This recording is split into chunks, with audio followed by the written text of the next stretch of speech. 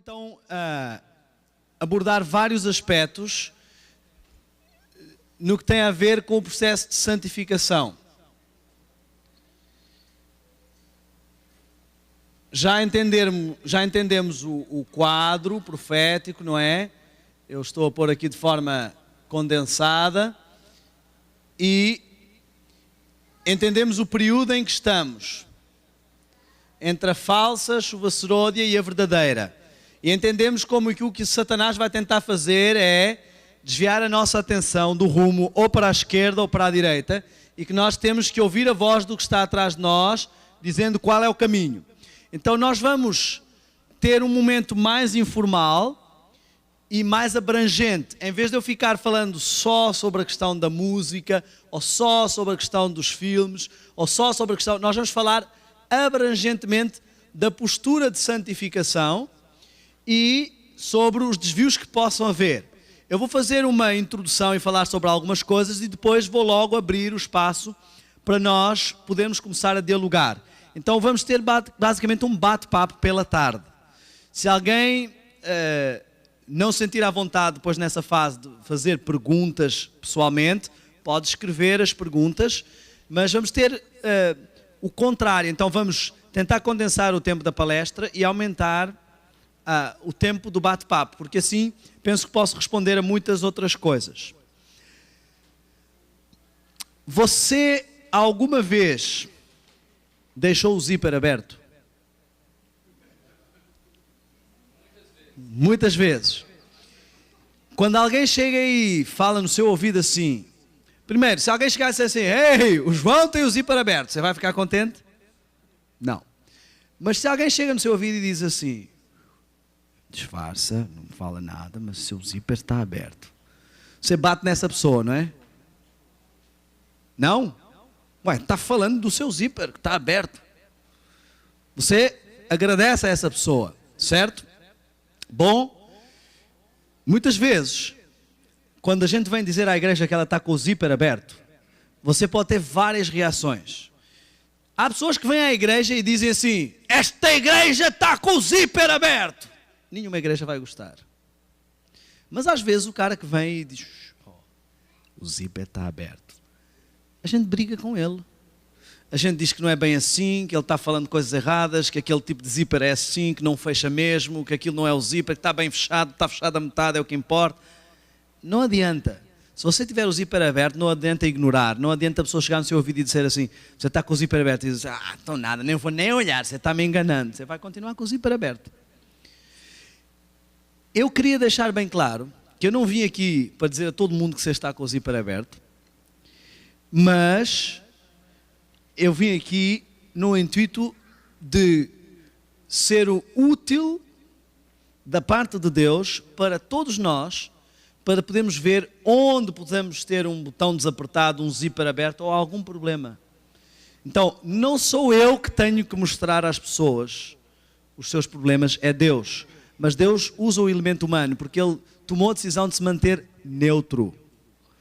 Ele disse assim, diabo, eu vou mais uma vez provar que você é mentiroso, porque eu nem vou descer para ficar falando a mensagem. As pessoas vão ficar tão contentes com o que eu faço na vida delas, que elas mesmas vão sair e contar aos outros. O diabo tenta quase obrigar as pessoas a levarem a mensagem dele. Ele tem que fazer acordos secretos, ele tem que fazer, dar-lhes dinheiro em troca, não é? Mas Deus não precisa de nada disso. Ele opera na nossa vida e nós saímos voluntariamente fazendo isso. Eu queria que nós falássemos um pouco sobre esta questão. Eu vi que algumas pessoas ficaram chocadas porque eu falei sobre o queijo. Eu esqueci-me que íamos almoçar juntos e que sempre tem esse problema. Às vezes você fala sobre alguma coisa e chega, as pessoas ficam sem graça. É que eu fiz isto, irmão, mas aí o irmão já falou que não pode. Eu ouvi uma história muito interessante. Um pastor foi pregar uma certa igreja e um membro que sempre andava questionando várias coisas chegou e perguntou, pastor, como é que é? Pode-se beber café ou não se pode beber café? E o pastor olhou para ele e disse, mas porquê? Tem gente aí dizendo que não se pode? Disse, não, vem aqui pastores que vêm aqui e dizem que não se pode beber café. O senhor, o que é que o senhor tem a dizer? Ele disse, não, pode beber café. Pode-se beber café? O senhor tem a certeza? Tenho a certeza absoluta. Esse povo que está aí dizendo que não se pode, Eu acho que está errado, pode beber café. Olha, já que o pastor me esclareceu sobre esse aspecto, não é? Fica logo amigo, não é? O pastor já disse que pode. E eu queria perguntar-lhe outra coisa. Há pessoas que dizem que vinho faz mal, mas eu já ouvi médicos dizerem que se você beber um copinho de vinho à refeição, que não faz mal, que até é bom para o coração e tudo mais. Pode ou não pode beber um copinho de vinho à refeição? Pastor, pode, mas quem é que está dizendo que não pode? Não, pastor, é que há pessoas que vêm aqui e dizem outra coisa. Não, meu amigo, pode sim, pode beber vinho à refeição. Aí eu disse, olha, pastor, e já agora outra questão. Há pessoas que falam que não se pode assistir televisão ao sábado. Eu já vi que o pastor é bem elucidado. Pode-se ou não se pode assistir televisão ao sábado? Pastor, pode assistir televisão ao sábado. As pessoas vão dizer o que elas quiserem, mas você tem que saber. E ele perguntou uma série de coisas, ficou esclarecido o que podia. Eu disse, pastor, olha, eu estou até bem feliz de ver que, afinal, as pessoas vêm para aqui e dizem uma coisa, mas o pastor está esclarecendo. E estou a ver que há muitas coisas que as pessoas dizem que não se pode e que afinal se pode. Afinal, o que é que não se pode, pastor? Eu disse, não, você pode fazer tudo isso, só não pode é fazer essas coisas e ir para o céu. Você pode fazer o que você quiser. Então, nós temos que entender que às vezes nós queremos ouvir determinadas coisas e forçamos a barra, lemos uma coisa. Nunca é a forma correta de ler alguma coisa. Algumas pessoas leem assim o Espírito por si. Algumas pessoas trabalham assim, fazem assado e tal. Olha, isto é mesmo para o João. Depois lê lá, quem come carne não tem discernimento. Oh, isto é mesmo para a Maria. Ainda não abandonou carne, já avisei várias vezes. Elas nunca leem o Espírito por si para elas. Elas só leem o Espírito por si para os outros. Não é? Eu fui uma vez pregar uma igreja e não estou, a pessoa provavelmente até vai ouvir, e não tenho nada contra essa pessoa. Foi muito engraçado e é uma pessoa que eu tenho muito carinho. Mas ela fez uma pergunta na hora das questões, aí eu respondi. E a pessoa disse assim, então o irmão quer dizer que é mesmo assim, assim, assim, assim. E eu disse, é assim, assim, assim, assim. Ele disse assim, irmão, desculpe, só para ficar bem claro, estão todos ouvindo, não é, irmão? É assim, assim, assim, assim. Eu disse, irmão, por que você está preocupado? Não, é porque todo mundo ouça o que o irmão está dizendo. É ou não? Ele disse, olha, irmão, eu acho que você deve... O irmão já entendeu que é assim, assim, assim. Já. Então não se preocupe com os outros. Não fique tentando que os outros entendam que é assim, assim, assim. Cada um tem um nível. Eu quero deixar bem claramente aqui, durante pelo menos uns 7 anos, eu resisti a mensagens que prego. Especialmente a mensagem da música. Alguém me gritou na frente de todo mundo que eu tinha o zíper aberto. E eu nunca mais quis ouvir aquela história. Eu falei sobre o queijo. E agora não vamos fazer do queijo o cavalo de batalha. Aí largam um pouco de pegar no pé da carne, agora começa a pegar no pé do queijo. Nós temos que entender... Nem pé tem. Aí vai ter que pegar no pé da vaca, não é?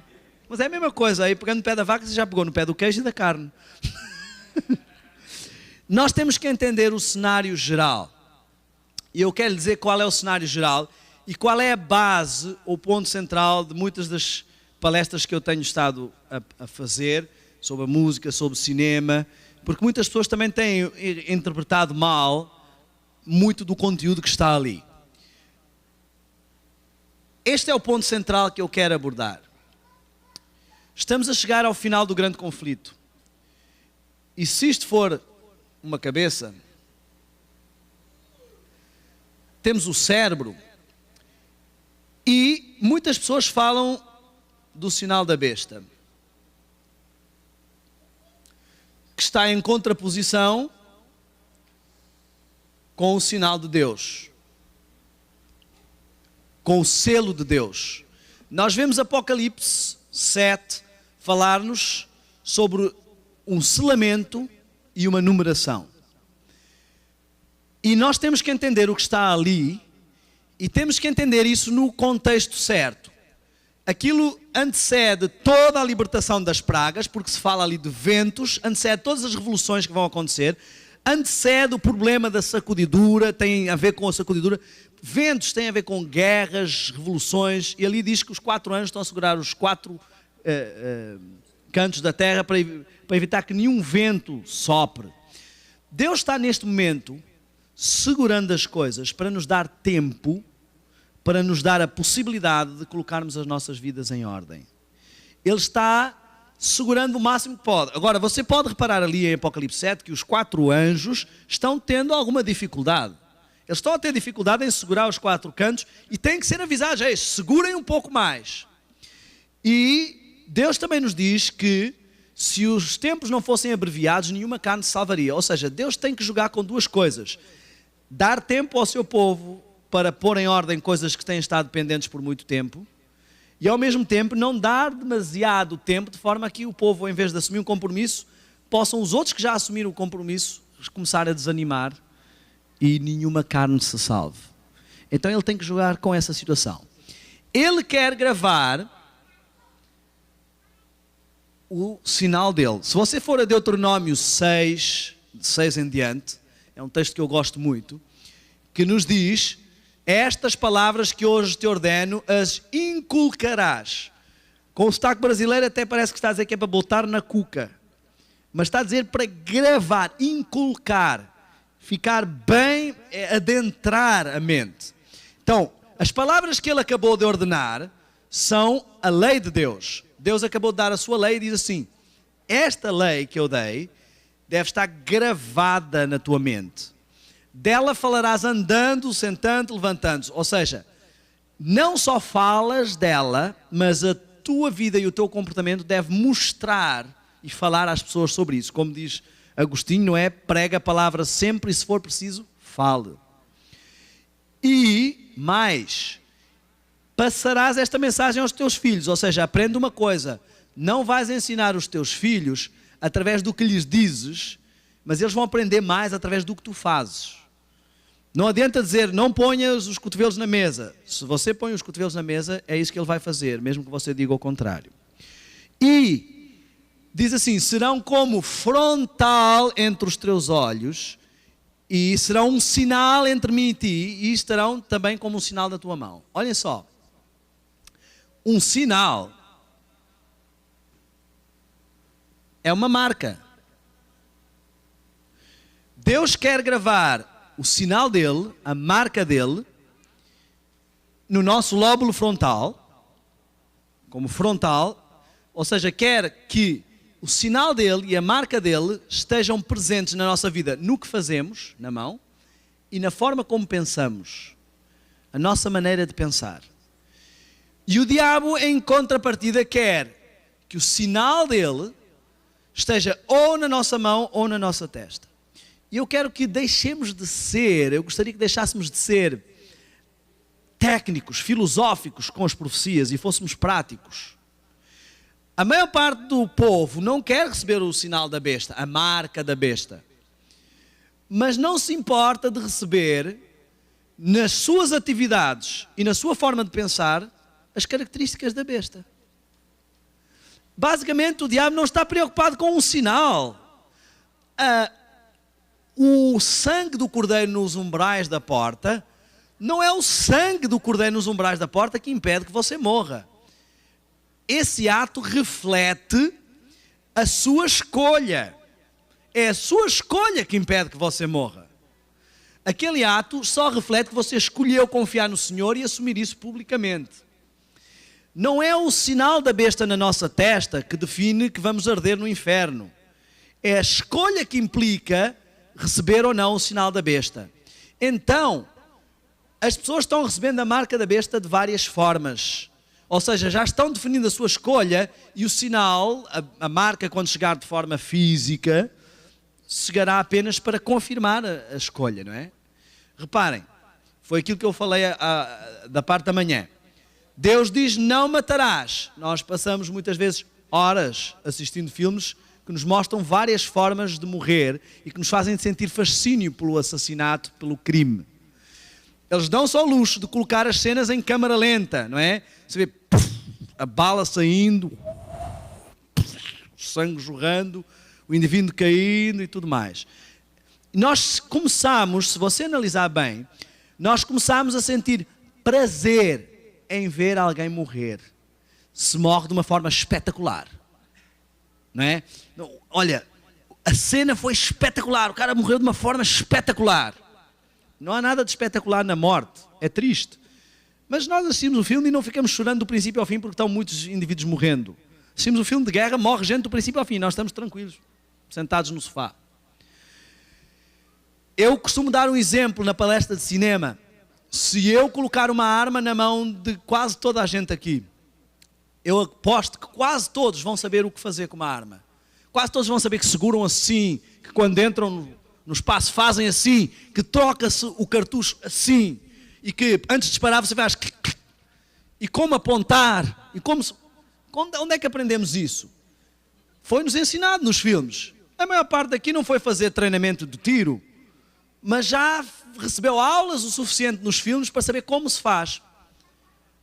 Está na sua mente, não sei se você está-se a perceber disso, mas na sua mente está gravado como transgredir a lei de Deus, como cometer um crime. Isto é o contrário àquilo que Deus quer gravar como sinal dele. Muitos de nós estamos lutando para fazer o que Deus nos diz. Ele diz, não adulterarás. Ele fala na Bíblia contra a fornicação. E muitas pessoas na igreja querem fazer o que Deus diz. Muitos jovens não querem envolver-se de forma errada. Às vezes encontram saídas estranhas. Depois começam as discussões se a masturbação é errada ou é certo, ou se é uma boa forma de obedecer a Deus. Deus normalmente não pede uma coisa pela metade. O problema, as pessoas são preconceituosas quanto ao sexo antes do casamento. E eu digo-lhes que talvez a igreja tenha mais problemas a resolver quanto ao sexo depois do casamento do que quanto ao sexo antes do casamento. A maior parte das pessoas pensa que agora casou está liberado, não é? Então, como se diz muitas vezes no Brasil, entre quatro paredes tudo pode acontecer. O objetivo de Deus não é dizer assim, agora vou privar os jovens e eles vão sofrer. Só depois de casarem é que podem fazer tudo. O objetivo de Deus é que nós sintamos a importância da unidade plena. Sempre que nós tentamos separar uma coisa das outras, normalmente é o diabo. Se você tenta separar na música a influência que a música tem sobre o corpo, da influência que ela tem sobre a mente e o espírito, é do diabo.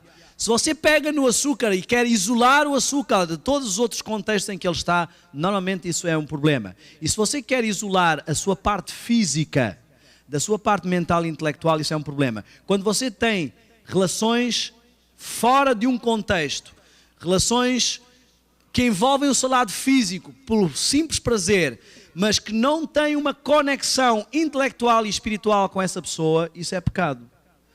Quer seja dentro ou fora do casamento. Envolver-se com a sua esposa em sexualidade, sem ter conexão intelectual e espiritual com ela, é pecado. Porque você está a fazer fornicação. Fornicação não é só ter com vários parceiros, é fazer sexo pelo sexo. Nós temos que começar a quebrar paradigmas. As pessoas dizem, não, café não. Nós não bebemos café. Só aquele pastor é que diz que pode, né? Não é só aquele, mas... Não, ok, vamos continuar. Então, elas... Café não. Vinho? Não. Mas a Coca-Cola eu posso pegar. Eu sei que eu estou mexendo no vespeiro, mas eu quero que entendam uma coisa com estas palestras. Eu não faço palestras para as pessoas ouvirem e saírem batendo nos outros. Cuide da sua vida. Eu estou cuidando da minha. Eu só estou transmitindo aquilo que Deus nos diz. Isso eu não posso mudar.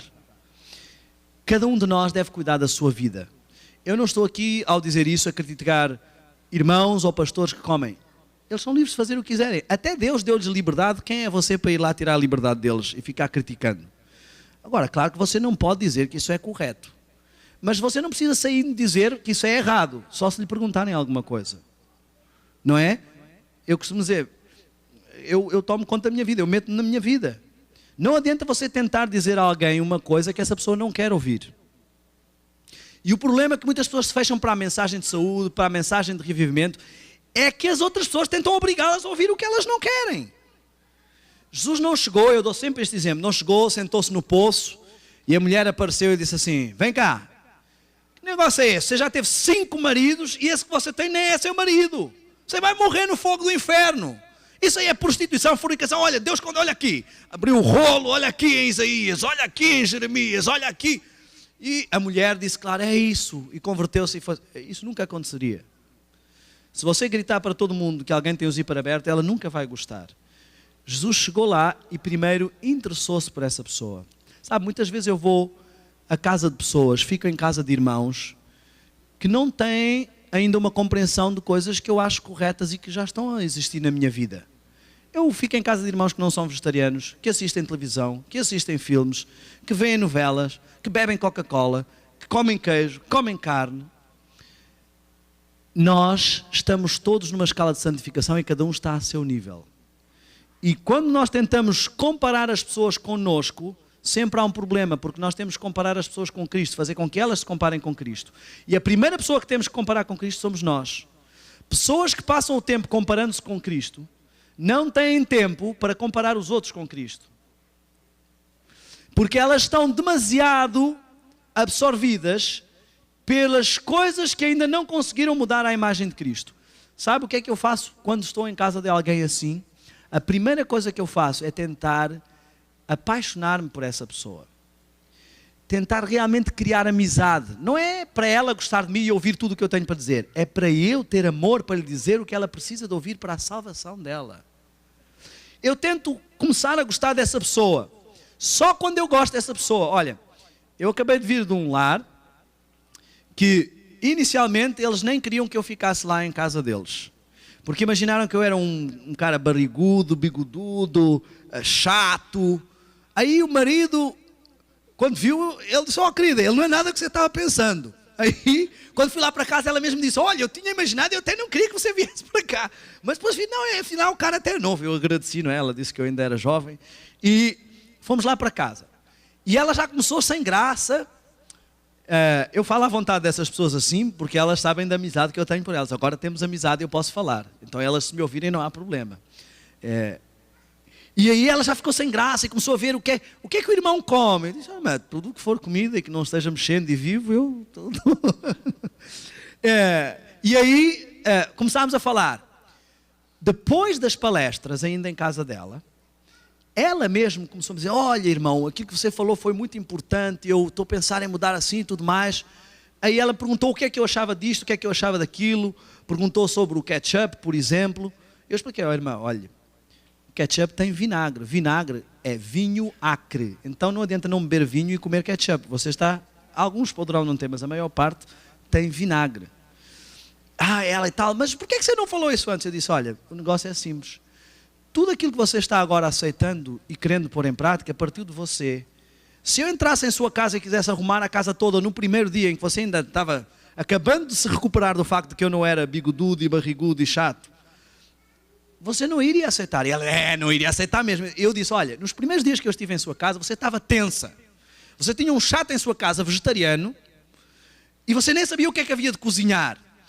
As primeiras coisas que eu fiz foi, você fez um esforço para cozinhar e você foi muito bem sucedida. Eu fiquei elogiando a sua comida. E não foi um elogio cínico, estava gostosa.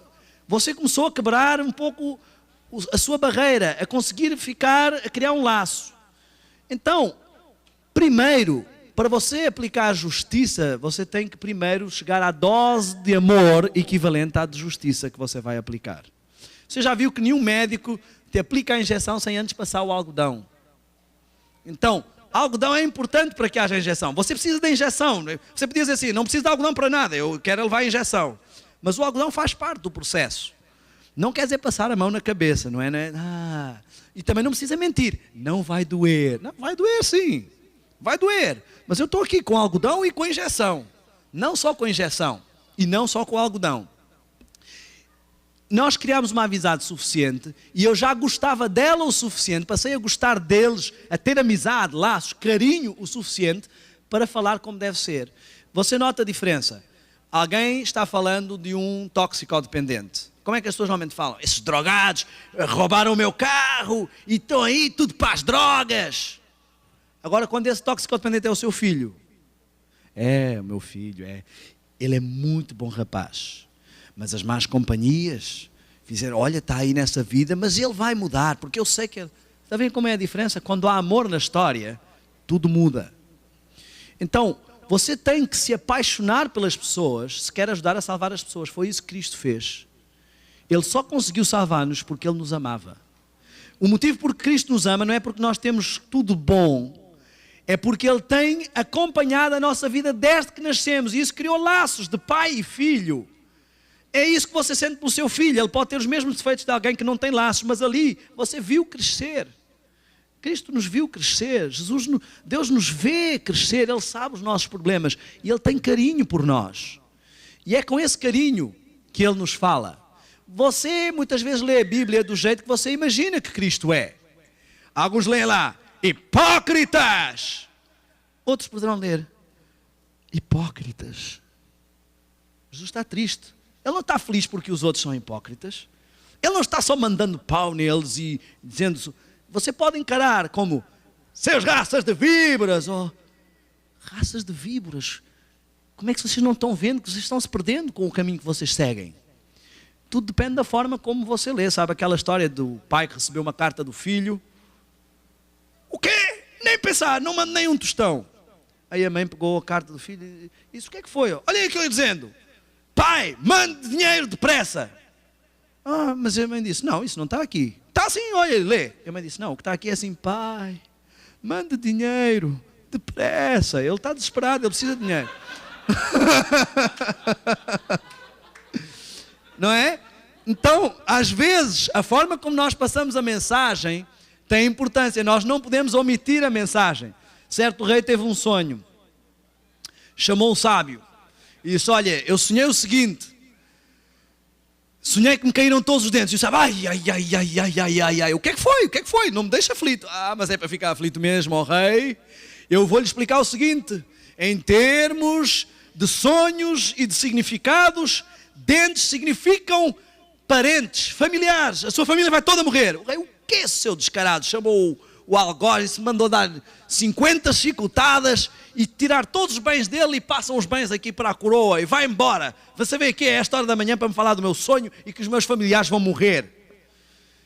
E o rei disse, mandem vir outro sábio. E veio outro sábio. E o rei contou o sonho. E o sábio não entendeu claramente o sonho.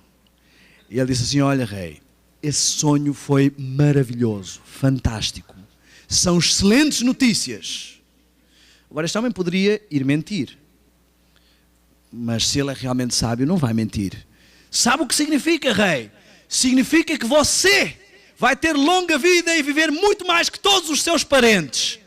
E o rei disse, olha, peguem nos bens daquele outro sábio louco e deem a este homem. E encheu de bens e disse, é isso mesmo, obrigado pelas boas notícias. Eles disseram exatamente a mesma coisa.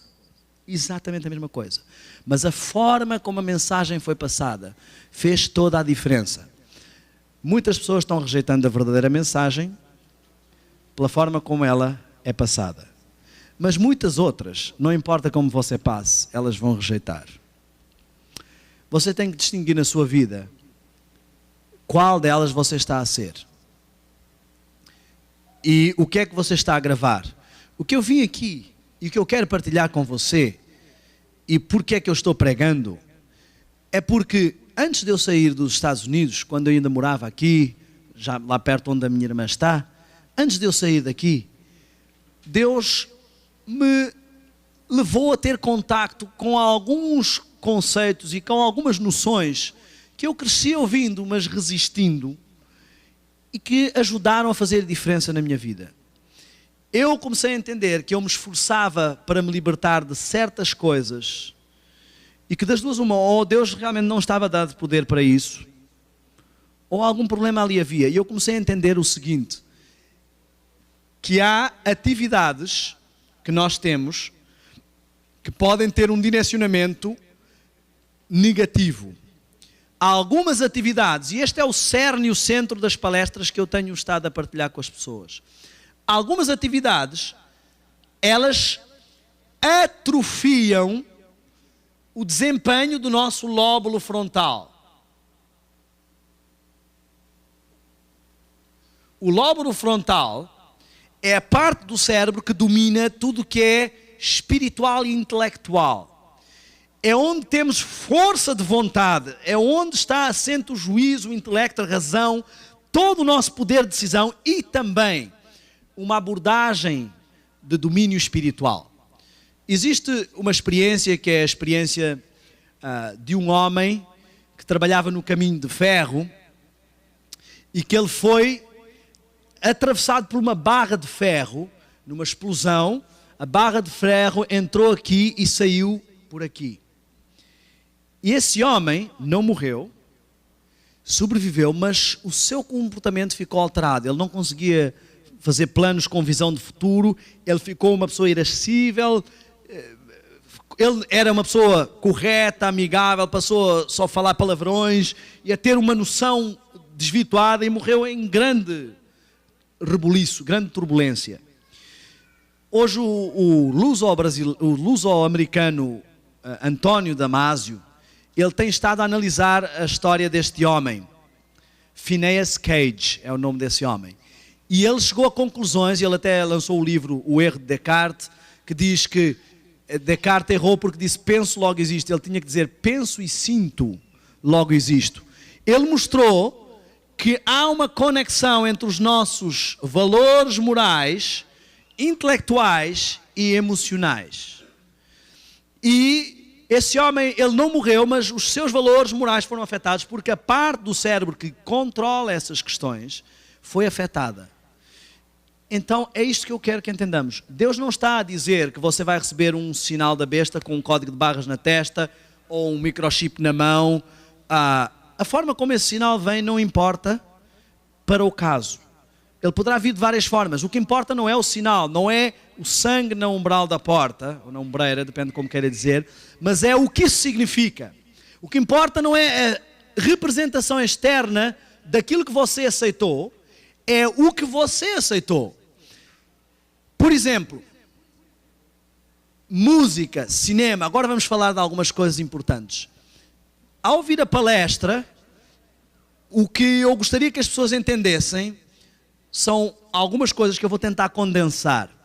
Primeiro, que a música ela tem uma... nós não vamos passar a palestra toda, irmão. Não vamos passar porque nós vamos fazer um condensado de várias coisas. Mas deixa aberto, pode ser que haja uma outra coisa que eu quero explicar. Então, a música nasce no céu e ela tem um objetivo e tem um efeito. Olhem só, nós falamos esta manhã sobre atingir a comunhão com Deus. Como 6 é o número do homem, 7 é o número de Deus. E já reparou que temos 7 cores do arco-íris, 7 dias da semana, 7 notas musicais. Deus tem algum ponto de conexão espiritual na questão da música. E ela vai afetar o nosso lado moral. Normalmente a música está intimamente relacionada às formas de culto. Por exemplo, e às nossas crenças. O mundo evangélico só quer saber de louvor. Se você reparar, nós temos, pegando na mensagem do santuário que falámos esta manhã, nós temos duas áreas e uma delas com 2 compartimentos. Isto vai nos representar o pátio, o santo e o santíssimo, e também nos vai representar as 3 fases da música. Louvor, elevação, santificação tem a ver com elevação, e adoração. A música vai ascendendo para chegar a uma verdadeira adoração. Também nos mostra as 3 partes que compõem a música. Ritmo, que tem a ver com o lado físico, o primeiro aspecto do pátio é onde houve a missão física da divindade. Melodia, os psicólogos e os estudiosos das faculdades já comprovaram que melodia, ritmo e... Eu queria escrever melodia no 3º compartimento, aqui é harmonia. Eu acho que não sei se dá para ver com esta caneta, não é? Harmonia está comprovado por vários estudos que têm a ver com a dinâmica mental e melodia com a dinâmica espiritual.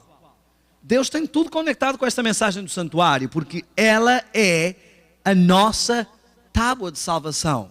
Não me interpretem mal, Jesus é quem nos salva, mas este é o caminho, Ele é o caminho. Então reparem, só para entendermos, quando você tem uma melodia, você tem uma sequência de notas. Lá, lá, lá, lá, lá, lá, lá. Deus lhe deu 7 notas, você pode usar em várias escalas, não é? E fazer variadas melodias.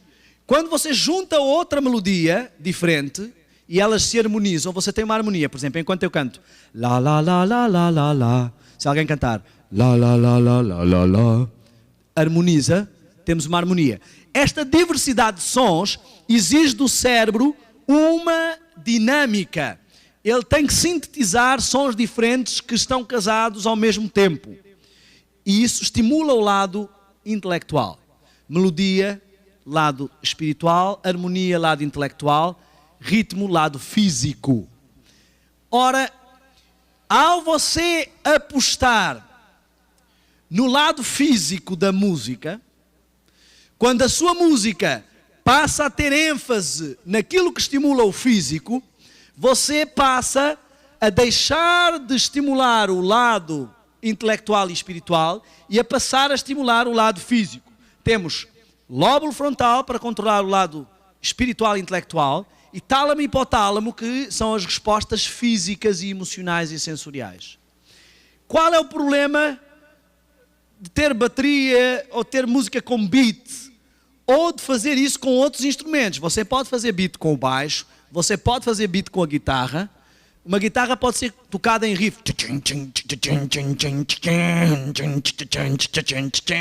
Você está fazendo uma sequência de ritmo. O baixo também pode ter. Você pode fazer sequência de ritmo. Então, não é a bateria que é criminosa. Não vamos focar-nos num detalhe, vamos entender o todo.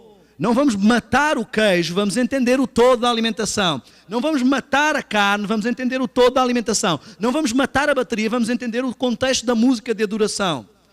Não vamos matar o brinco, vamos entender o contexto da mensagem de modéstia cristã. Quando ficamos embicados num detalhe, o diabo está fazendo o trabalho dele. Quando notamos o todo, Deus está fazendo o trabalho dele. Então, o que se passa é, basicamente, a palestra ela tem como objetivo de explicar essa sequência. Olha só, você tem, por exemplo, numa música quaternária, você tem o equilíbrio natural do corpo no ritmo, que é no primeiro tempo, não é? Eu dou aquele exemplo. Na, na, na, na, na, na, na, na, na. 1, 2, 3, 4. 1, 2, 3, 4. Na, na, na, na. Este é um ritmo natural. Você pega nos hinos do seu inário, ou nos hinos antes da revolução dos anos 60 e da revolução rock, e eles têm ênfase no primeiro tempo. Não? Servos de Deus, a buzina, trocai, ou a trombeta, depende da versão que escolher, não é? Ou deixa a luz do céu entrar. Estão a ver? Sempre. 1, 2, 3, 4. 1, 2, 3, 4. Deixa a luz do céu entrar. Todas as músicas que nascem da revolução dos anos 60, elas reverteram este equilíbrio natural do nosso corpo e elas dão ênfase no segundo e quarto tempo. Se você pegar num rap ou hip hop, você vai ter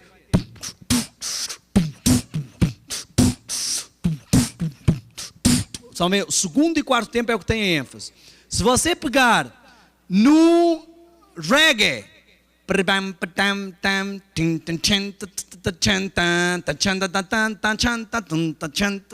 está vendo? Segundo e quarto tempo. Se você pegar num rock,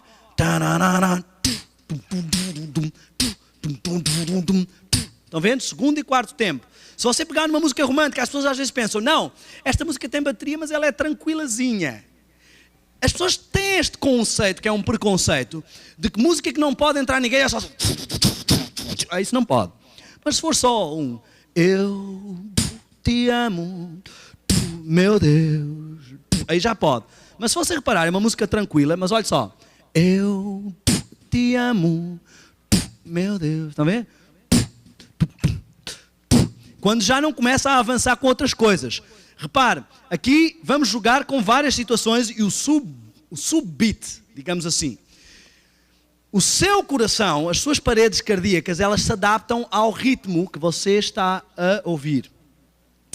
E isso tem a ver com uma afecção, é afetado o seu ritmo biológico, o seu ritmo físico. Pessoas que vão a concertos ou shows de música mais pesada ou que usam subwoofer no carro, estão expostas a um problema sério, ruptura nas paredes cardíacas. Repare que a música com beat, ela vicia, ela se habitua. Porquê? Cada vez que vai é um estímulo direto sobre tálamo e hipotálamo. Tálamo e hipotálamo controlam emoções, hormônios, Quando você ouve este estilo de música, você está soltando hormônios como adrenalina e hormônios sexuais. Ou seja, olha o que é que você está a fazer. Você está hiperestimulando todo o seu lado carnal e de forma desequilibrada, porque o beat está trocado de lugar. É impossível você vencer espiritualmente se você está a alimentar o seu lado carnal. E é aqui que começam os jovens a tentar não envolver-se em sexualidade, mas o corpo está cheio de hormônios sexuais. Ter autodomínio, mas o corpo está cheio de adrenalina, que exige que se faça alguma coisa, que você se liberte. O motivo porque as pessoas dançam naturalmente, mesmo se estiverem conversando aqui, o pé vai ficar a abanar, é porque ao receber determinados estilos de música, o corpo fica sobrecarregado e ele tem que se soltar de alguma forma, ele tem que liberar esta energia. Então a forma natural de ele fazer é, veja como é que as pessoas dançam rock. Ela tem que soltar a energia toda que o corpo está sentindo de alguma forma. Só que para piorar, olha só, podia dizer assim, ei, mas o lóbulo frontal, ele não poderia dominar essa questão? Bom, para já você está cheio de hormônios sexuais pelo corpo todo. É preciso o lóbulo frontal ser muito forte para dominar todo este ímpeto. Mas há um outro problema com a música de beat, mesmo light, que é o efeito hipnótico pelo som repetitivo sincopado. Se você pegar uma música clássica, você vai ver que ela vai...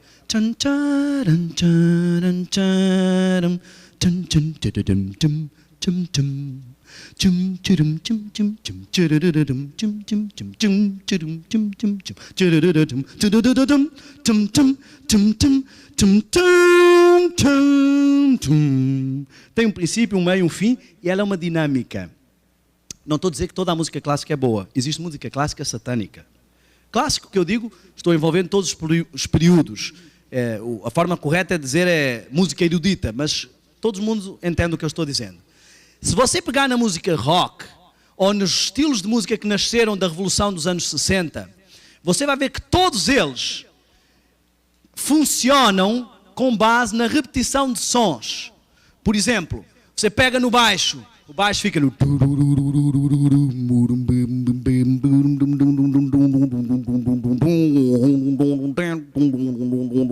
Fica repetindo um som. Entra a guitarra a acompanhar o baixo está...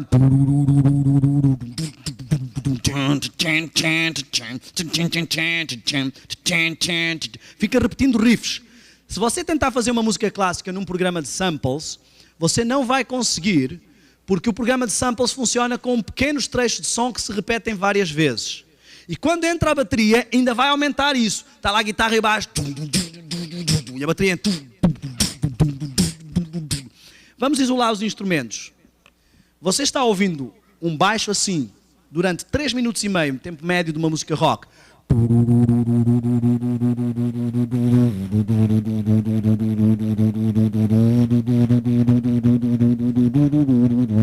No som. Isola a bateria, você vai ver o que é. Imagine que eu vou ficar 3 minutos e meio fazendo um som de uma bateria light de uma música. Ok? Vamos ver que reação isso tem a vocês.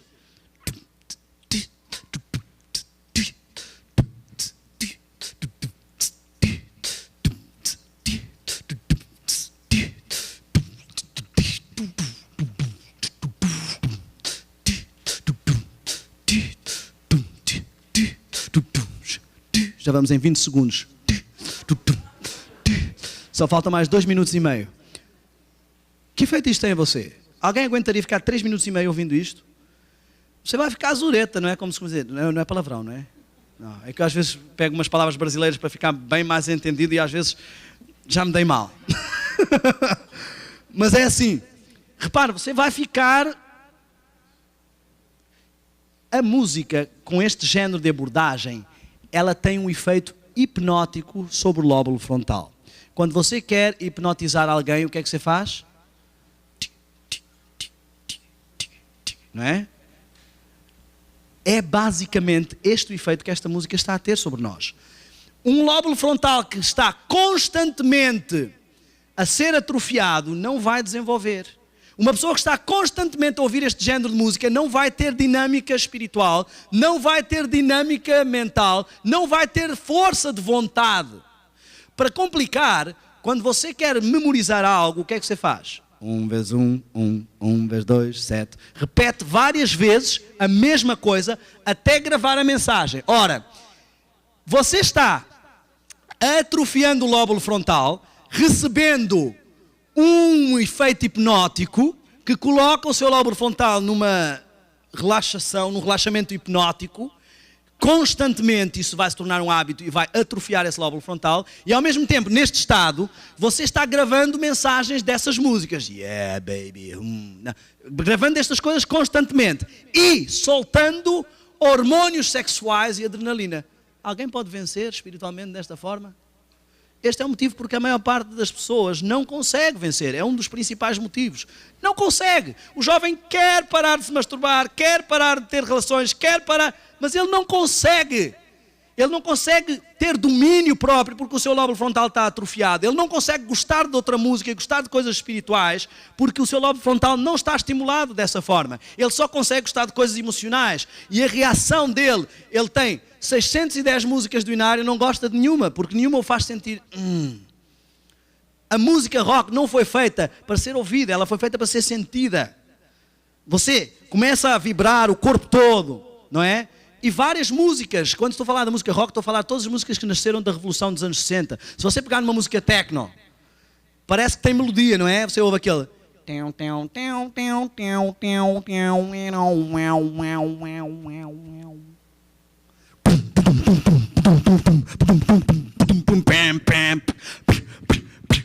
Depois muda. Depois muda. Você já viu quantas vezes as paredes cardíacas se habituaram a outro som? E mudaram de ritmo? Quantas vezes o seu corpo recebeu estímulos? Sem falar quando você recebe esta sequência. São não sei quantos beats por segundo. Impossível você ter o caráter manso e humilde de Cristo. Você ter o autodomínio e você não ter um efeito hipnótico. Eu já falei e volto a repetir, isto é importante. O problema, a assassina, não é a bateria. Tira a bateria, tira a música rock, pega em música melódica. Vamos pegar em música nova era.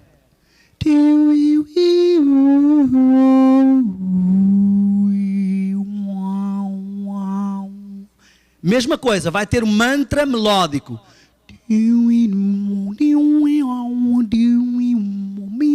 Fica repetindo sons ecoantes e fazendo um mesmo efeito hipnótico sobre você.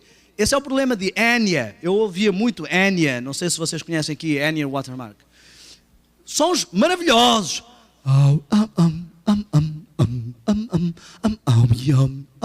Você fica ouvindo um som. Parece que você está subindo ao céu, mas é que você está de cabeça para baixo. Essa música é agradável, as pessoas estão tranquilas porque não têm bateria, mas na realidade elas estão tendo o mesmo efeito hipnótico. Além de que elas estão conectadas com espaços de transe espiritual. Elas são mantras. Um dos motivos porque os U2 são muito famosos, não estou a puxar a brasa para a minha sardinha, porque eu gostava muito de U2, acho que era a banda que eu mais gostava e mais talentosa achava, mas o motivo é que os U2 conseguiram juntar mantra rítmico com mantra melódico. The Edge pega na guitarra e faz sons ecoantes.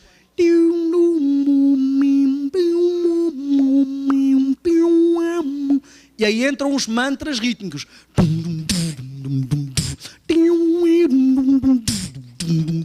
E as duas coisas têm um efeito perfeito. Você se habitua a esta sensação agradável de relaxamento mental, não ter que exercer estímulo sobre as partes intelectuais e espirituais e hiperestímulo físico e corporal. Este não é um problema só da música fora da igreja. Se você fizer a mesma coisa com a música da igreja, você vai ter o mesmo efeito.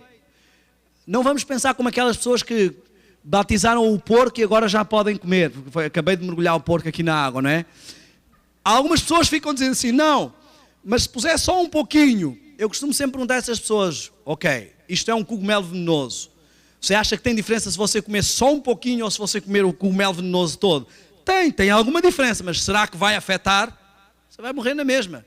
Aliás, às vezes é melhor comer o cogumelo venenoso todo, você morre de uma vez. Se comer só um pouquinho, você fica agonizando, sofrendo até morrer. não é? Então, às vezes, algumas pessoas da igreja preferem agonizar. Eu não vou comer o pecado todo de uma vez. Eu vou pegar só um pouquinho. Posso eu estar a adorar a Deus enquanto estou comendo só um pouquinho de veneno? Enquanto estou afetando só um pouquinho o meu equilíbrio espiritual? Enquanto estou soltando só um pouquinho de hormônios sexuais que não vou precisar? Enquanto estou causando só um pouquinho de rupturas cardíacas? Mas volto a dizer, o problema às vezes não está nas músicas de batida pesada. Um jovem uma vez virou-se para mim, começou-me a puxar pelo assunto, que eu não me meto em confusões nem brigas. Eu não saio para aí dizendo, ei, você está ouvindo, ei, para o carro, você está ouvindo música com beat, deixa eu dar uma palestra para você. Eu não saio por aí pela rua assim. Era um jovem da igreja e começou a questionar-me, eu ouvi a sua palestra, não concordo muito. O testemunho mais sincero que eu já ouvi depois de uma palestra foi um jovem que chegou junto de mim e disse assim, olha irmão, eu odiei a sua palestra. Eu disse, muito obrigado. Por que você odiou a minha palestra? Ele disse, olha, eu sou o baterista aqui da banda, e é assim, eu odiei a sua palestra porque tudo que você disse está certo, eu não tenho como argumentar e agora vou ter que mudar de vida. Eu disse, eu entendo o que você está passando, eu passei exatamente o mesmo. Quando eu recebi a mensagem, eu odiei essa mensagem. Mas é bom que você esteja a ter essa atitude. Então, eu não saio por aí dizendo às pessoas e tentando. Esse jovem perguntou e disse, olha, mas assim, mas assado, você é preconceituoso. Eu disse, olha, eu entendo. Antes chamavam-me rebelde, quando eu tinha banda rock, quando eu tocava tambores na discoteca, quando eu dançava a noite toda até às 6 da manhã, eu era o rebelde da igreja. Agora sou o quadrado. Isso foi uma plástica grande, eu passei de rebelde a quadrado, assim, em poucos anos. O que pode acontecer. Mas eu disse assim, você acha que eu sou então preconceituoso? Ele disse, acho. Ok, por que eu sou preconceituoso? Não, você tem um preconceito contra a bateria, que não pode e tudo mais. Eu disse, ok, qual é o seu conceito? Como assim o meu conceito? Eu tenho um preconceito. Você, se não tem um preconceito, tem um conceito. Eu disse assim, posso ter na igreja uma música assim? Eu disse, não, isso também não. Eu disse, isso também não, por quê? Qual é o problema? Não, porque isso também é muito pesado. Isso muito pesado para você, para os meus amigos que ouvem Rammstein, isso até está leve. Quer dizer que eles podem pôr na igreja e você não? Qual é o critério? Isso é pesado hoje, daqui a 20 anos não vai ser pesado. Se quer dizer que daqui a 20 anos essa vai ser a música da igreja. Eu disse assim, olha, eu tenho um critério. A música é composta por melodia, harmonia e ritmo. O ritmo é o que estimula a parte física. Ele não deve sobrepor a melodia e a harmonia. Não deve ser o ponto mais importante. E deve estar misturado, não deve ser sincopado porque não é hipnótico. Isto são conceitos.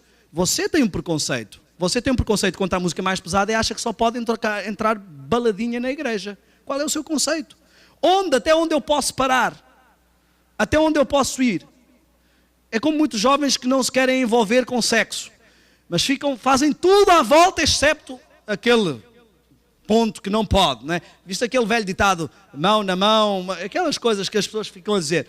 Meu amigo, a questão não está se você já ou não entrou. A questão está em como está a sua postura mental perante o envolvimento e a intimidade. E é a mesma coisa. Algumas pessoas tentam manobrar, a ver até que ponto podem colocar um pouco de pecado. Eu lembro quando Deus mostrou claramente que eu não devia mais ouvir YouTube, eu comecei a tentar separar as músicas de YouTube que tinham palavrão e as músicas de YouTube que falavam de Jesus e só ficar com as outras que estavam limpas. Aí eu comecei a ver que essas que eu pensava que estavam limpas não estavam assim tão limpas, já não dava para usar tanto. Aí começou a ficar complicado, eu vi que você está a tentar, eu costumo dizer assim, você está a tentar comer só as batatas que foram cozinhadas no molho de porco. Não, eu só estou comendo batatas, sacode bem a batata e tenta... Meu amigo, outras pessoas estão fazendo o contrário, não gosta de batata, mas batata é bom, faz bem, alimenta, não é? Há muitas pessoas que dizem que não, mas ok. Olha só. Ok, o cristianismo é bom, eu preciso comer cristianismo, mas eu não gosto nada disto. Eu não posso ser assim, eu não posso fazer assado, então o que é que eu vou fazer? Já que eu não gosto de batatas, vou pôr muito ketchup, muita maionese, muito molho. Assim fica a batata toda coberta, nem dá para ver batata. Quando eu ponho a batata na boca, eu só sinto o sabor da maionese, do ketchup e do molho. E estou comendo batata. É isso que as pessoas estão fazendo com o cristianismo. Elas na realidade não gostam do cristianismo. Elas não gostam da música que Deus propõe, elas não gostam da roupa que Deus propõe, elas não gostam da alimentação que Deus propõe. Então toca de encher. Já que eu não gosto desta música dinário, eu vou pôr um pouco de molho e um pouco de pimenta para ficar mais saboroso. Eu não gosto de breve virá, então eu mudo para breve virar, breve, virar. Você pode pegar, olha só, as pessoas pensam que elas não gostam da música, mas o que elas não gostam é do tempero que a música não tem. Repare, você pega uma música simples. Não há amigo igual a Cristo. Olha só. 1, 2, 3, 4. Não há. Você pode transformar isto num reggae.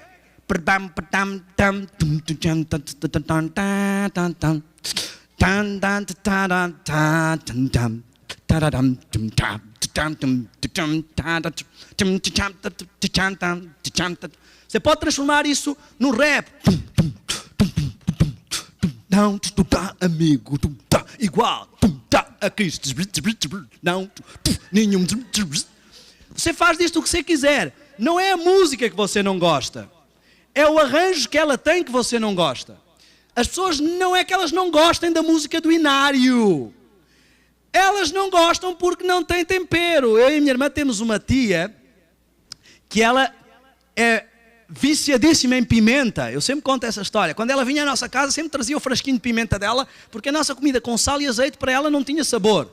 Quando íamos à casa dela, sempre tínhamos que levar o nosso frasquinho de água, porque a comida dela, meu amigo, ninguém aguentava. Quando eu não estou habituado a pimenta, eu como uma comida com pimenta e eu não consigo nem sentir o sabor do arroz ou da batata. Entende? As pessoas não estão nem sentindo o sabor da melodia, porque elas estão viciadas na pimenta musical. Eu não estou falando delas, eu estou falando de mim. Eu já abandonei música com pimenta, mas eu estou ainda a desintoxicar-me. É como alguém que parou de fumar, mas ainda vai levar uns anos até o pulmão estar limpo. Eu se começar aqui a ouvir um hino, a minha tendência, o hino é limpinho, e eu começo logo a pôr um beat. E a minha esposa às vezes já me dá assim uma cotovelada. Ei, eu caio na real e vejo, ops, o síndrome de nicotina, que ainda não foi embora. Então, o que nós estamos a fazer é isto. Não é que nós não gostemos das músicas do Inário, nós não gostamos dos arranjos que elas têm. Tanto que se alguém cantar vivifica, isto é quadrado, mas se eu cantar vivifica tu, agora virou uma música boa, atual, moderna. Não, agora virou uma música com pimenta.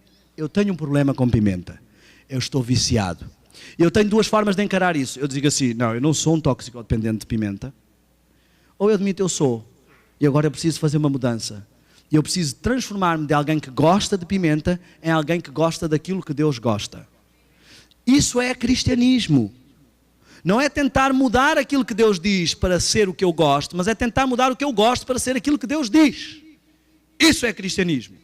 E é isto que Deus quer fazer na nossa vida para nos reabilitar a entrar no céu. Nós somos prisioneiros que estão prestes a receber o parole. E precisam saber, os responsáveis que nos vão dar liberdade condicional, se estamos aptos a ser reinseridos na sociedade do universo. Então eu tenho que aprender a gostar das coisas que a sociedade gosta. Se eu era um pedófilo e se quero ir para uma sociedade e viver como um cidadão normal, eu tenho que aprender a deixar de gostar da pedofilia. Eu gosto de dar este exemplo da pedofilia porque muitas pessoas dizem assim, você está falando aí contra essa música, mas eu conheço muita gente que se batizou com essa música. Por causa deste género de música, música combatida. Eu conheço muitas vezes pessoas que cantam essas músicas, as pessoas sentem-se tocadas e descem às águas batismais. Olha, eu conheço muito jovem que desceu às águas batismais por causa das garotas lindas que havia na igreja. Será que esse é o verdadeiro motivo?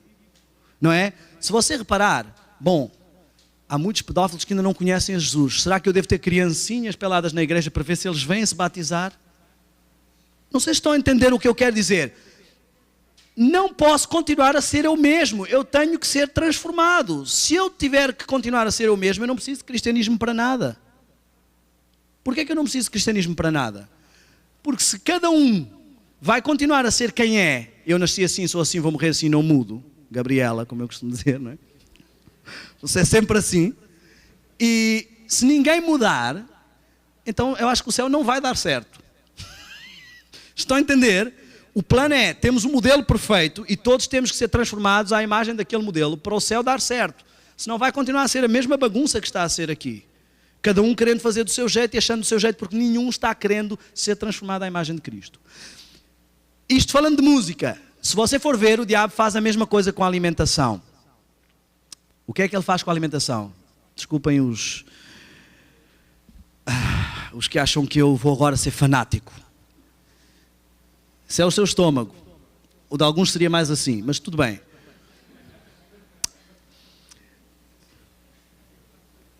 Quando eu consumo alimentos muito condimentados, alimentos cárneos, alimentos muito doces, muito açúcar, tudo o que tem a ver com alimentação e digestão complexa, eu estou prolongando o tempo da minha digestão. Uma digestão que pode levar 3 a 4 horas, pode passar a ter 72 horas só pelo consumo de carne.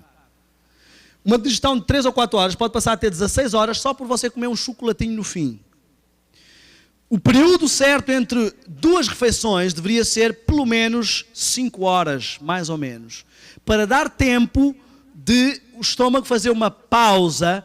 Ele leva 2, 3 horas para o início da digestão, 3, 4 horas para completar, e ele precisa agora descansar pelo menos 1 hora para entrar no próximo período de digestão. É muito simples. Imagina que você tem uma máquina de lavar que ela nunca para de trabalhar. Quando ela tiver 10 anos, ela vai ser como se fosse uma máquina de 30. O estômago de muitas pessoas é como se fosse um estômago, elas têm 20 anos e têm um estômago de 40. Porque é um estômago que não descansa. Qualquer máquina que esteja ininterruptamente a trabalhar, ela vai ter problemas. Olhem só, você aumentou, só que quando você tem digestão, o cérebro dispensa parte da sua energia e circulação sanguínea para o estômago. Pessoas que nunca param de ter o estômago a trabalhar, nunca têm o cérebro a 100% da sua possibilidade. Então elas nunca vão ter a mesma dinâmica mental. E elas estão a afetar as partes que têm a ver com a dinâmica espiritual. Então elas nunca vão entender. Elas leem o Espírito por si, ouvem um sermão e sempre vão achar quadrado, fanático, extremista. Elas não têm discernimento espiritual. Nunca vão entender profundamente profecias. Eu digo isto porque, olha, quando eu decidi abandonar os filmes, abandonar a música e abandonar, deixar de ser McDonald's lacto vegetariano, eu comecei a tornar-me num pregador. Se eu hoje estou aqui a pregar profecias é porque eu tomei essas decisões. As pessoas dizem, lá está ele outra vez sempre a apostar na santificação, parece que gosta da justiça própria. Não, não, não. Não fui eu quem tirou essas coisas da minha vida. Eu até hoje nem sei como é que eu consegui abandonar os YouTube. Mas eu sei que eu tomei uma decisão. É você quem decide. É Deus quem opera o querer e efetuar, mas é você quem decide. E sem a sua decisão, Deus não vai fazer nada. Algumas pessoas estão à espera, Senhor, tira o meu gosto pela carne para eu parar de comer carne. Isso nunca vai acontecer. Deus nunca aparece antes de você entrar na fornalha ardente. Não chega lá e diz, ei meus camaradas, podem desobedecer aí ao rei que eu vou estar do vosso lado. Não, você tem que acreditar e entrar na fornalha. E quando você está na fornalha, Jesus aparece. Deus nunca vai aparecer antes de atravessar o mar vermelho e dizer assim, olha, vamos abrir isto e vai entrar todo o povo, ou antes de atravessar o Jordão. Eu vou abrir o Jordão e vocês vão entrar. Ele vai prometer, eu vou abrir o Jordão, mas vocês entrem. Ao vocês entrarem, eu vou abrir o Jordão. Deus pede que você dê passos de fé, porque sem fé é impossível agradar a Deus. Você tem que mostrar que acredita nele. Porque é isso que está em causa no universo. É se as pessoas acreditam ou não que Deus é capaz. Se as pessoas acreditam ou não que a lei dele pode ser cumprida pelo poder dele. É isso que está em causa no universo. É essa a acusação do diabo. E é isso que Deus quer provar ao universo na sua vida. Que você diz assim, eu decido e acredito que Deus pode tirar isto da minha vida. Não há gigante nenhum que não possa ultrapassar para entrar na terra prometida. Aqueles que não acreditam que podem vencer os gigantes para entrar na terra prometida, não vão entrar. E aqueles que acreditam que vão vencer os gigantes sozinhos também não vão entrar. Você precisa acreditar que é possível derrotar o gigante. Como é que disse aquele jovenzinho que derrotou o gigante? Eu venho a ti em nome... Quem é que venceu o gigante? O Senhor dos Exércitos. Agora, ao aumentar o período de digestão e ao ter o cérebro sempre abaixo da sua capacidade, você nunca vai ser achado 10 vezes sábio como Daniel. Se você reparar, vamos outra vez à mensagem do santuário. As tentações do diabo, elas vêm sempre da mesma forma. Ele tem várias dinâmicas, mas a estratégia dele é sempre a mesma. Primeiro ele tenta fazê-lo cair no lado físico, condescendência com o apetite. Depois ele tenta fazê-lo cair no lado intelectual. Depois ele tenta fazê-lo cair no lado espiritual. Primeiro ele tenta acabar com a mensagem do pátio, depois ele tenta acabar com a mensagem do lugar santo, depois ele tenta acabar com a mensagem do lugar santíssimo. Primeiro ele diz a Eva, Eva, você pode comer da fruta que ela é gostosa, apetite. Segundo ele diz a Eva, Eva, você vai ser como Deus, presunção. Terceiro ele diz a Eva, você é como um Deus e o que Deus não quer é que você saiba como Ele, o bem e o mal. Você quer ser igual a Deus, passou a alterar o seu louvor. O que é que ele faz com Daniel e os seus amigos? Primeiro, tentação sobre o apetite. Depois, presunção. Daniel, você interpreta sonhos? Eu sou o cara. Terceiro, adoração. Agora vamos adorar a estátua. O que é que ele fez com Jesus no deserto? Primeiro, pedras em pão, apetite. Segundo, presunção. Você pode julgar-se daqui abaixo porque não acontece nada, você é filho de Deus. Terceiro, adoração. Ajoelha-se e adora-me. É isso que ele está a fazer na vida de cada um de vocês e na minha vida. É isso que ele tenta. No dia que você vence o apetite, diz o Espírito por si que você terá mais forças para vencer as outras tentações. Mas se você for derrotado, você vai perder forças para as outras tentações. No dia em que você entender que a primeira coisa que você faz quando entra no deserto da santificação é abandonar as panelas de carne do Egito, e panelas de carne eu não estou a pôr só para falar da carne, estou para falar para tudo o que tem a ver com perturbar a minha vida espiritual, e aceitar o maná do céu, a comida simples, aí você entra no deserto da santificação. Não há missão, não há sucesso, não há vitória sem deserto. Todos os homens de Deus que venceram, e o próprio Jesus, passaram pelo deserto. O deserto é a santificação, é a preparação. São 40 dias lá, porque 40 é o número da preparação. São 40 anos lá, porque 40 é o número da preparação. Sempre que Deus quer fazer uma renovação, Ele faz esta aposta. Por isso é que eu faço o desafio dos 40 dias sem lixo. No dia em que você ganha coragem de fazer um compromisso de 40 dias, porque às vezes as pessoas tentam fazer toda a caminhada, toda a viagem de uma só vez. Elas tentam chegar lá ao fim. Não é bom nenhum extremo. Você não precisa radicalmente, agora nada, eu vou passar fome e tal. Não precisa entrar nesse campo. Mas também não precisa entrar para outro campo. Não, eu estou deixando a carne lentamente. Quanto tempo você está? Há 20 anos. Não é? Há pessoas que estão deixando a carne já há 35 anos que estão deixando a carne. Nem um extremo nem outro. Nós temos de tomar decisões definidas. E temos que entender o pacote todo. Outra forma de não entender o pacote da alimentação é não confiar que é Deus que põe pão na mesa.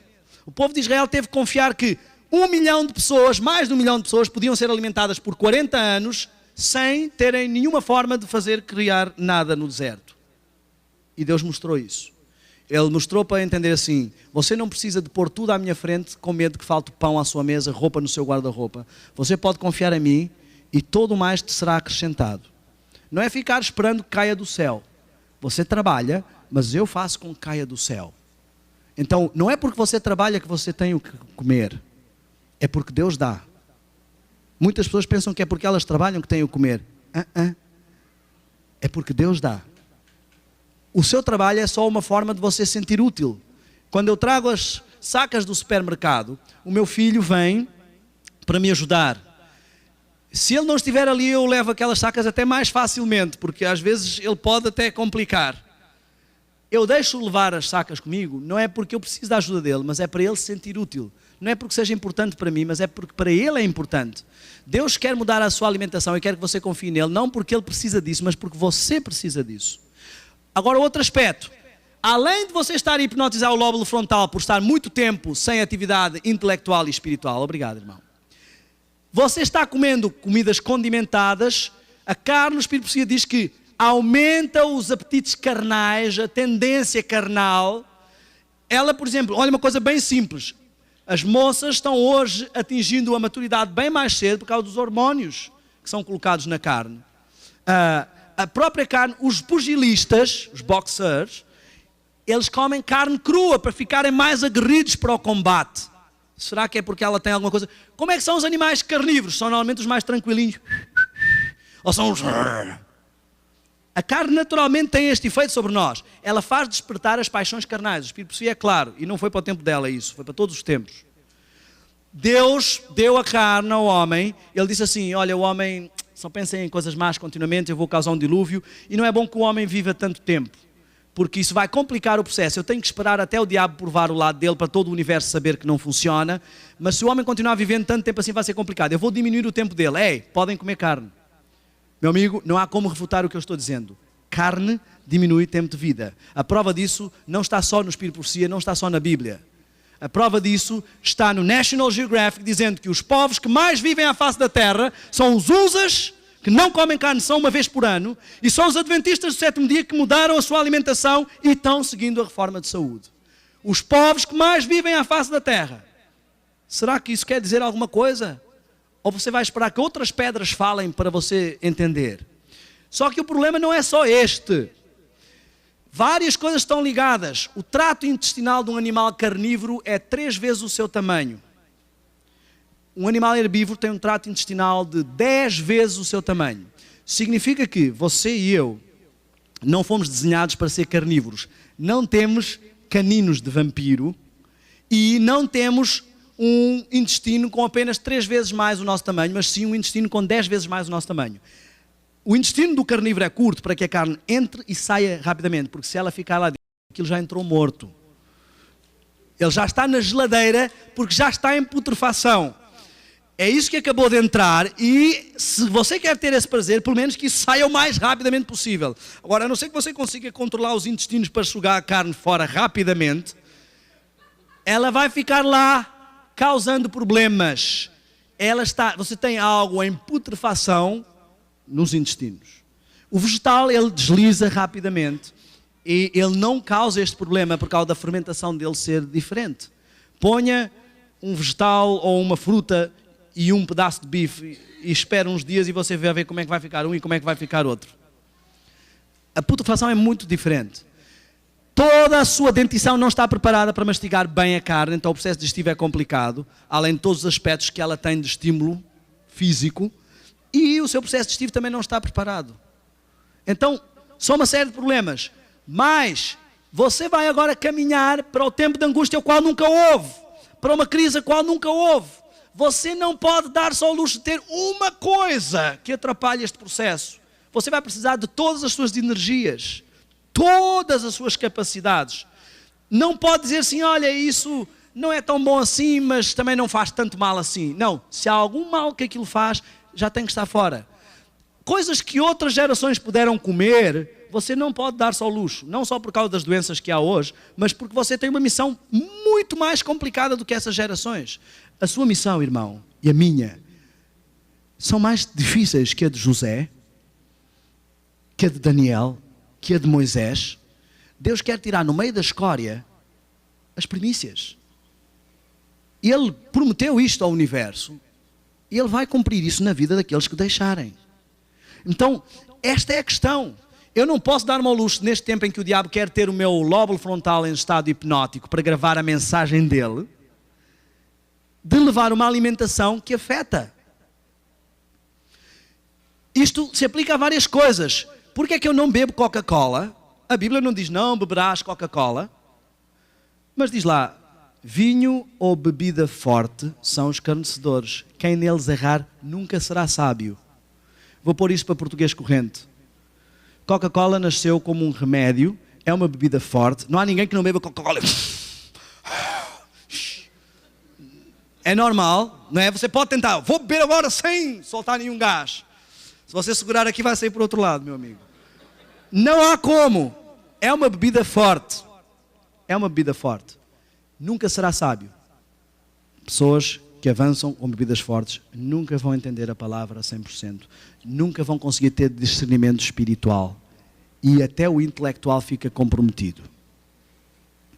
Deus não tem um preconceito com o vinho. Ele tem um conceito contra bebidas fortes. Deus não tem um preconceito contra o café.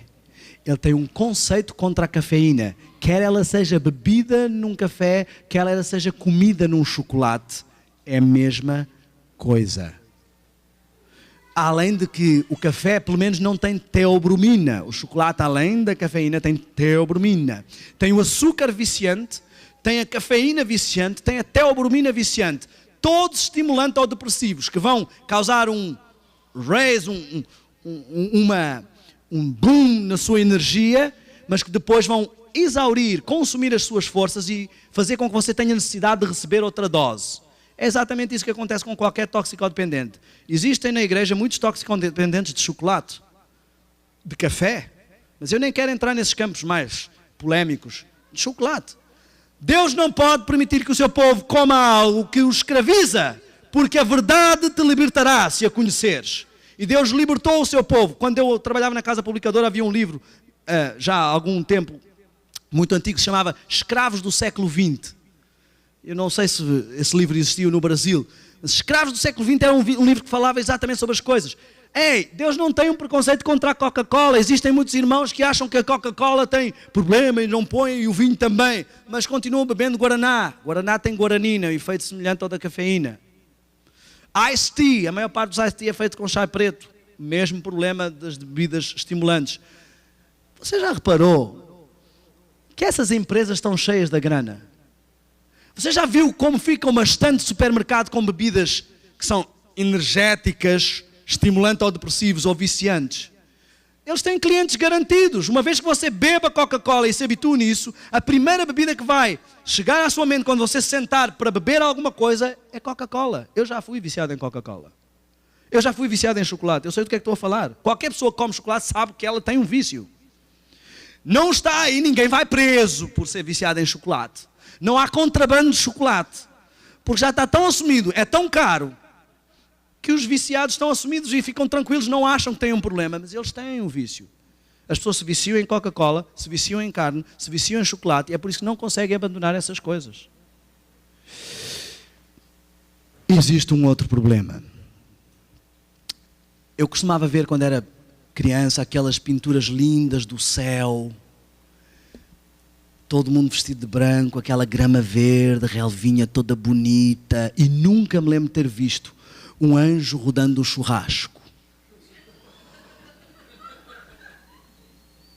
As pessoas gostam de cantar, o céu é aqui. Se eu aprender a viver e a comer como se come no céu, por que é que não acrescentam isso na música? O céu é aqui. Se eu aprender a usar a música que se usa no céu, por que é que não cantamos assim? Porque eu não me lembro dos anjos virem anunciar a Maria. Já soou por todo o céu. Glória. Não. Eu não me lembro de nenhuma visão do céu de Ellen White, nenhuma descrição do céu da Bíblia com tambores no louvor. Você conhece alguma? Ei, mas o povo de Israel, o povo de Israel não é o meu exemplo. Teve 490 anos de chance e rejeitou como povo. O meu exemplo são os que estão lá em cima. Os que não optaram pela estrutura da outra proposta, mas continuaram no plano de Deus. É dali que eu copiei a minha música. E eu, infelizmente, não encontro nenhuma referência. Não vejo nenhum exemplo do céu que me mostre esse tipo de atividades. Bom, se queremos cantar que o céu é aqui, temos que fazer mesmo o céu aqui. Apesar de que eu não gosto dessa ideia do céu ser aqui, eu prefiro o céu lá em cima. Ele vai ser aqui, depois, mas primeiro tem que se limpar aqui a casa, né? Cinema, televisão. Olhem como, vocês vão ver aqui como o diabo sempre trabalha com as mesmas coisas. A televisão, o cinema, as telas, principalmente quando a sala está toda escura e você está tão focado na tela, elas trabalham por intermitência de luz. São várias emissões rápidas por segundo de luz entre escuro e claro. Existe um lugar na França que o limite de velocidade é estritamente respeitado. Ele está arborizado, tem várias árvores, e se você passar com o carro a mais do que determinada velocidade, a diferença entre luz e sombra vai deixá-lo confuso e você vai se despistar. Porque é muito intenso. Basicamente é o mesmo efeito que nós temos aqui, imperceptivelmente e numa dimensão menor. Por isso é que somos capazes de ficar horas a ver um filme, mas se tentarmos fazer a mesma coisa com a Bíblia, não conseguimos, porque a Bíblia não tem efeito hipnótico. Eu quero que você entenda o seguinte. Se o diabo chegar aqui e disser, você vai matar, você vai roubar, você vai dizer, não, eu vou fazer o que Deus quer. O diabo sabe que ele não consegue que as pessoas de livre escolha, hoje em dia até consegue, mas não é tão fácil que as pessoas com livre escolha queiram pecar. Nós temos tendência pecaminosa e às vezes fazemos pecados que não queremos. O diabo não quer que você, por livre escolha, ele sabe que vai ser difícil, ele quer convencer o mundo, mas ele sabe que não é fácil que o mundo se convença com a teoria dele. Então ele tem que te dar algo em troca, fama, prazer, ou ele tem que te hipnotizar para conseguir fazer o que ele quer. Então ele usa as ferramentas dele, põe prazer em coisas hipnóticas, para gravar a mensagem dele. Ele quer gravar a mensagem de crime, então ele põe prazer em ter uma atividade que te hipnotiza enquanto ele grava a mensagem dele. É a única forma. Deus não lhe deu acesso à nossa mente, então ele tem que inventar, ele tem que dizer que hipnotismo é uma ciência. Você vai regredir ao passado, ver os seus problemas, os seus traumas, você vai resolvê-los.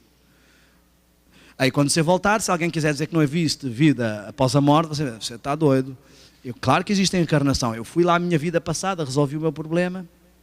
Ele está tendo uma possibilidade de entrar na tua mente. E aqui é o que ele está a tentar. Esta intermitência, a mudança rápida de planos, o livro Proof Positive fala sobre isso, mudança rápida de planos, intensidade de luz, tudo isto é hipnótico. Existe a experiência de Muller Land, existe a experiência de Barry Hazelton da Universidade de Harvard, existem uma série de experiências comprovando o efeito hipnótico de ficar perante uma tela. E é assim, não estou com isto a querer dizer que você, temos aqui telas, irmãos, fechem os olhos, não é isso que eu quero dizer, vamos entender. Nós temos que ter equilíbrios nas coisas. Agora, veneno não dá para consumir com equilíbrio. Então temos que ter cuidado também com o que vamos consumir.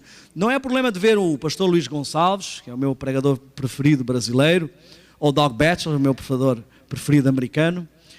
Não é o problema de assistir a um sermão na tela. Agora, mesmo isso, você passar de manhã à noite, se todas as suas meditações forem assistir sermões na tela, você não vai ter força espiritual.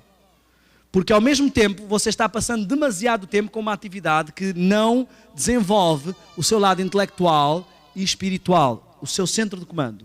Mas o que o diabo criou foi uma ferramenta que, olhem, o mesmo segredo sempre, atrofia a parte intelectual e espiritual, através do efeito que as telas têm, e põe programas que... só emoção, soltar adrenalina, e hiperestimula tálamo e hipotálamo. Este é o truque dele sempre. E eu acredito, muito sinceramente, que este é o verdadeiro motivo porque a maior parte dos laodiceanos se vai perder.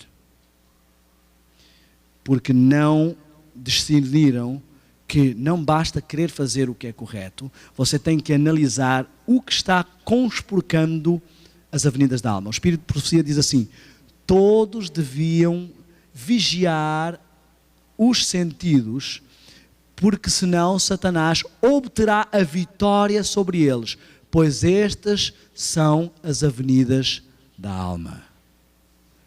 Eu vou ser bem franco com vocês, irmãos.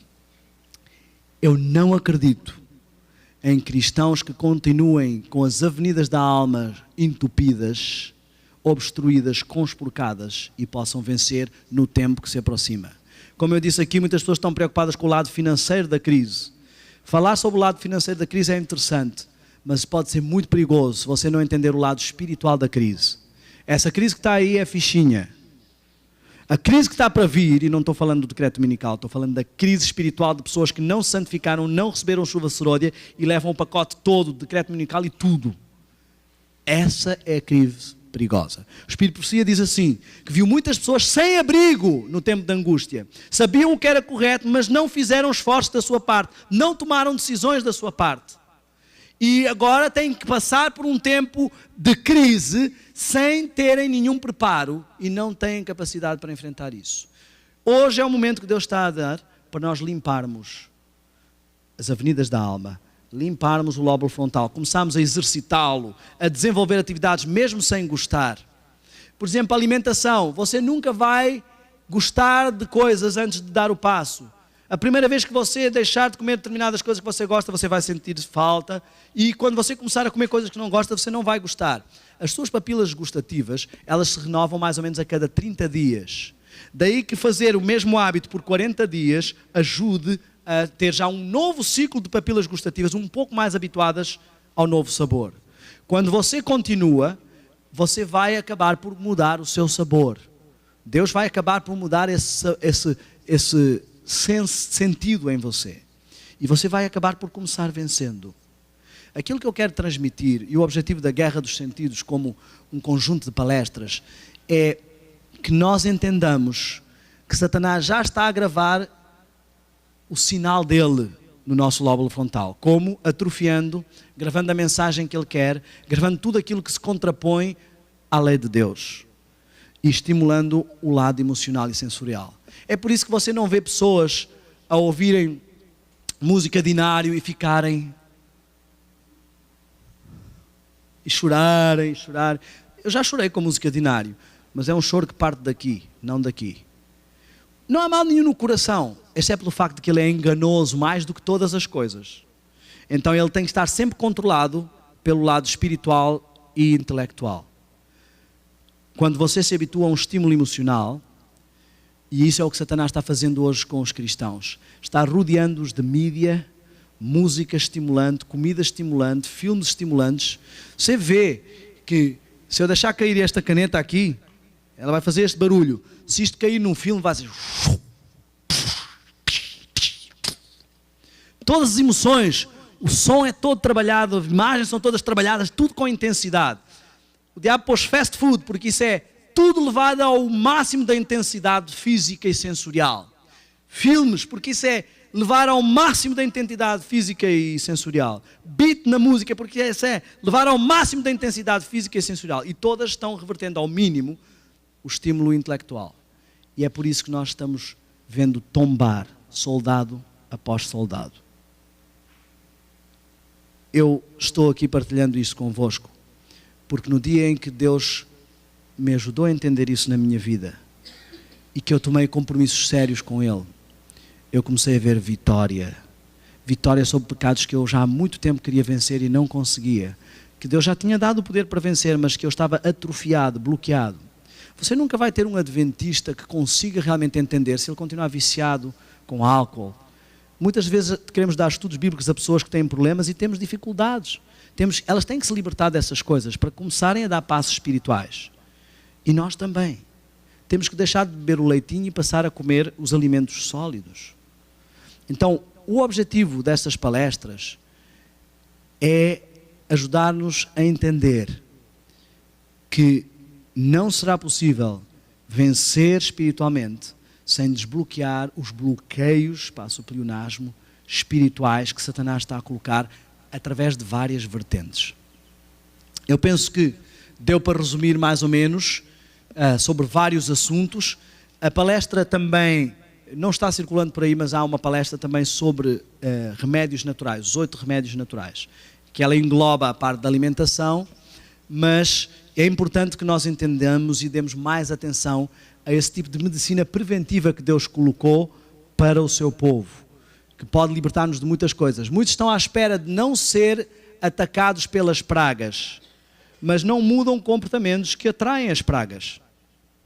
Muitos querem que Deus não lhe deixe chegar as chagas que vão atingir o mundo, mas continuam comendo alimentos que estão totalmente danificados e que produzem doenças que trazem essas chagas. Será que Deus vai proteger pessoas assim, condescendentes, só por causa do prazer? Reparem que um dos grandes pontos que é mostrado na Bíblia sobre os últimos dias, diz que nos últimos dias o problema é que as pessoas vão ser mais amantes dos prazeres do que de Deus. O que é que isso tem a ver? Tem a ver com que elas vão ter uma aparência de piedade, quererem coisas espirituais, mas negam a eficácia dela, não conseguem vencer os seus desafios espirituais.